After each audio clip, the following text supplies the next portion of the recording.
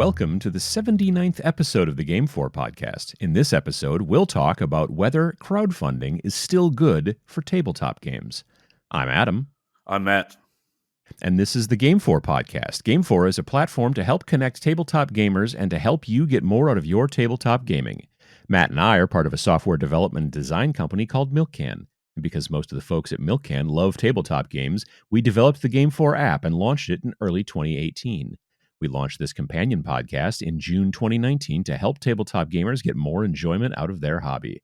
Due to the COVID-19 global pandemic, we hibernated the GameFor app in July of 2020 and plan to bring back a retooled version of the app for Android, iOS, and web when gaming in person is safer. Until then, we'll keep bringing you this podcast to help you get more out of your tabletop gaming. I might sound a little different because I'm in the basement. We're recording from home today because it's just scheduling meetings and stuff like that. It didn't work out the way we wanted to, and then this morning it's been really warm here, warmer than usual for June in Wisconsin. Yeah, now they're talking about tornadoes and stuff, so we might end up in Kansas or something by the end of the day. Well, yeah, gosh, I hope not, because I have to catch a bus to get back or something like that. But yeah, so I was going to record my normal spot where I do the every other Sunday show upstairs on YouTube, and it was just so warm. And we have AC, but we hadn't turned it on yet, and I was like, you know what? It's much cooler in the basement. So I've got recording stuff down there. So yeah, that's why that's going on. Yeah, my poor dog. He was having his grooming appointment get canceled a few weeks ago, and we couldn't get him in. He's finally in like 2 weeks from now. But yeah, he's like, he's just shaggy, and I feel so bad because when he goes outside, he's just like instantly panting. So. Oh yeah. My mom just got her dog groomed, so she's a little bit cooler, I think. So that's good. So besides dog grooming, it's the dog grooming podcast. I mean, we could pivot, I guess, but I don't know that that's necessarily what our audience is looking for. But what have you been doing? What kind of things have you been going on? So I was like going through, and I'm like, I don't think I did any hobby, any tabletop stuff really. Talked a little bit about different stuff, but didn't actually get to it. In fact, even canceled some plans because I ended up going with my brother and youngest son to Denver to watch Game 2 of the Western Conference Finals for NHL. So for hockey, yes, for hockey. So that was, I mean, we had a fantastic time, but yeah, that and work and everything else really cut into the extracurriculars. So. The gaming extracurriculars. Right. You mostly had a good time, it sounds like, for the Denver. Oh yeah. Other than the score, we had an awesome time. We got to see Wayne Gretzky and be on the TNT pre-show, and my son got a game puck and also like an official like team puck from the trainers and one of the players. That's pretty cool. Stuff. Yeah. Wow. So yeah. Yeah, and your trip back was a bit weird. Yeah, flight got canceled just as I was getting ready in the morning to head to the airport. So had to recancel and change flights and reschedule. Such, yeah, recancel. That doesn't make sense. So ended up coming in like I think like 8 hours later than what we were supposed to, which kind of killed off our Sunday plans and that stuff. But yeah, one of our close friends, they just went on their 20th wedding anniversary trip.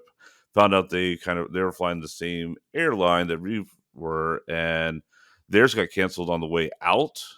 But after they were already in Chicago, so they got stuck in Chicago for 2 days on the way to their trip. So it actually killed off like 2 days of their trip to Mexico or wherever they were going. So do we want to say which airline is the one we shouldn't be flying? I suppose. I mean, it was Allegiant, but it's from talking to Milkcan Jason, who was a pilot. Commercial pilot. Yeah, it sounds like from people, his friends and stuff that are still in the industry, that you're really not safe with many of them. The thing that makes Allegiant a little bit tougher is that they only fly certain days of the week, stuff like that. So Sure, yeah, it's yeah. hard to get rescheduled. Whereas like if Delta cancels, a lot of times you've got later flights you can take and stuff like that. But yeah, it sounds Yeah, like yeah. it's going to get much worse before it gets better. Yeah, yeah. So that's fun, I'm Yeah, really looking for I mean, I do have technically a flight in late August to go to Nova, and it's through Delta, but it's to DC, and you'd think that they wouldn't need to cancel that kind of stuff, but I'm a bit concerned, I'm not going to lie. So, yeah.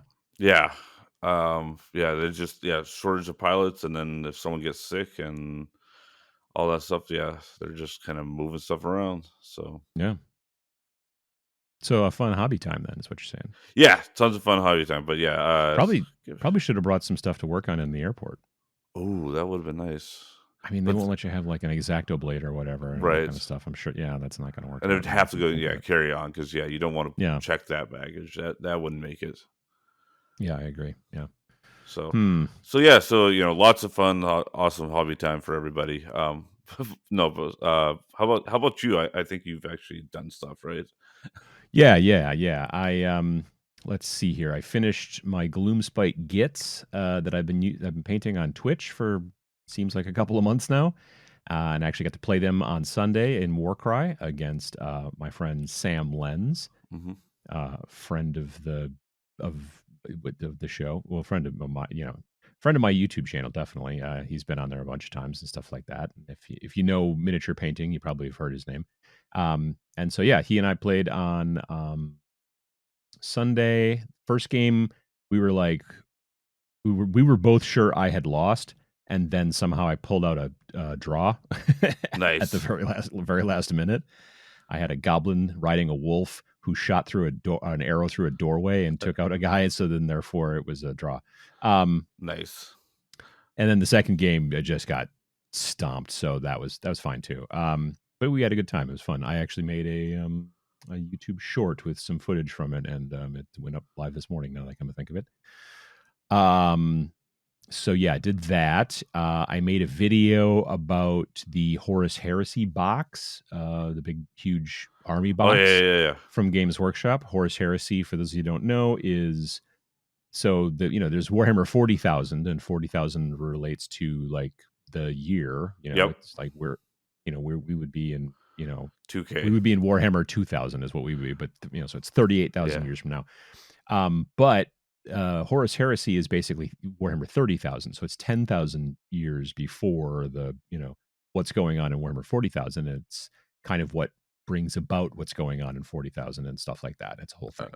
is One of that the the only other like kind of main time zone that they have? Like, is there like a 20,000 or 10,000 or? Yeah, no, I mean they've got like lore and stuff like that Okay. from the before times and whatever, but the only Warhammer 40,000's been around since the 90s, and then at some point I don't even remember when it was, maybe the 2000s, maybe I think maybe it's 2000s, or else it was like sometime maybe the 2010s or whatever. They made a game, and initially you could pretty much only buy the stuff from Forge World, like Mm. all the parts and all that kind of stuff. But this is a new plastic box. Looks like it's all plastic kits, stuff that's never been made in plastic before. It's always been made in whatever resin, Forge World resin and stuff like that. New vehicles and figures and all kinds of jazz. And so it's a very popular box. It's for Games Workshop. It is surprisingly reasonably priced. So I did a video about that and painted up a single guy, and that video's been doing great. So that's really cool. Mm. But it's one of those where it's like you can't talk about the product until usually on Saturdays, but my videos go live on Fridays. So I still put up a Friday video that's normal. And then I'm also having to put up a second video for Saturday. It'd be really awesome if they would just like change their entire schedule over there at, multi-billion-dollar corporation Games Workshop, just to make things easier for me, and then have the release dates on Fridays. But, I suggested that, and I never heard anything back. So, yeah. So anyway, I did that, and that's been good. So yeah, I had 2 weeks in a row where I needed to put up a video on Friday and Saturday, because previous to the Horus Heresy one, there was the new Kill Team box, Hmm. which is the first of the new Kill Team boxes that I like. I mean, Octarius was okay, but this one is, I think, the other two that they've released since then, I've been like, meh, but this one Yeah. I kind of like. especially I like the models. The Trader Guard guys are really cool. So anyway, yeah, did that. And then since I finished those Gloomspite Gets on Twitch, now I have started painting some new guys. I have these two kind of random models that I'm working on until I, start my next project. I have that kind of skeletal assassin guy from Broken Anvil Miniatures. It was remember when we were in Reno and we were at the steak place Mm-hmm. and we were in we were like waiting to get in and we were talking to John from Monster Fight Club and Yep. he had the I think CEO, either CEO or founder or president or something like that from CeoCast, the company that makes the new kind of technology for doing plastic miniatures but not having to use metal molds. And he gave me that model, that little skeleton guy with the cloak and all that stuff. So Mm-hmm. I finally put him together and all that kind of stuff and primed him up and whatnot. So I'm painting him on stream, and then I also have this Fishman, this 3D printed Fishman model from I believe Artisans Guild is the Patreon sculptor name company thing that makes it. And a friend of mine, Christopher, sent me that model because he knows I like Fishman, and so he sent me that model. And Nice. I've had it since before the pandemic, I'm pretty sure. And I finally just was like, I don't know. Someone was asking me something about 3D printed stuff in one of my Twitch streams, and I just like grabbed that model because I knew where it was on the shelf. And then I was like, what, I should paint that. So I'm painting him and the skeleton guy kind of at the same time. And then after that, probably moving into some more Warcry stuff, vampires and skeletons. So that'll be fun. And Nice. then I don't know, maybe Space Hulk, maybe Corn Bloodbound. I don't know. It's trying to figure out what to do next after that stuff. But it's it's you got to keep Choices. moving with Twitch. Yeah. Yeah, you Yep. got to keep moving. Yeah. And then also ran TMX Tabletop Minions Expo. Did that. Yeah, I was super sad. Like I was really excited at both my Denver trip, and then I'm like, whoa, oh wait, I'm gonna miss TMX, and so I was Right. sad. Yeah. But so how did TMX go? It was. I mean, it's in sports they refer to it as a rebuilding year. You know what I mean? Yeah. And just because of the pandemic and 2 years off, last one we did was in 2019, and the Tabletop Minions Expo was very small to begin with. It's Mhm. not. I'm not talking about any like TMX 2019. I think was 80 or 85 people, so it's pretty small. This year it was like 40, so it was considerably smaller as well. But the other thing was about this year was I wasn't even really able to start like advertising it until I think it was post Adepticon. So like beginning of April Yeah. is when I could start telling people about it because we just didn't know like is there another variant of the thing, like what's going on. Like the college was like kind of like up in the air and all that kind of stuff. And then finally like around April they were like, well, we're going to have, we're saying yes to events again, Mhm. so that date that we had talked about, you are go for that. Of course, barring who knows what could still happen. Something could have cropped up a week Right. before, but so we went with that. And And that seems to but be yeah, kind of the theme of this year, right? Is just in general, yeah. Oh yeah.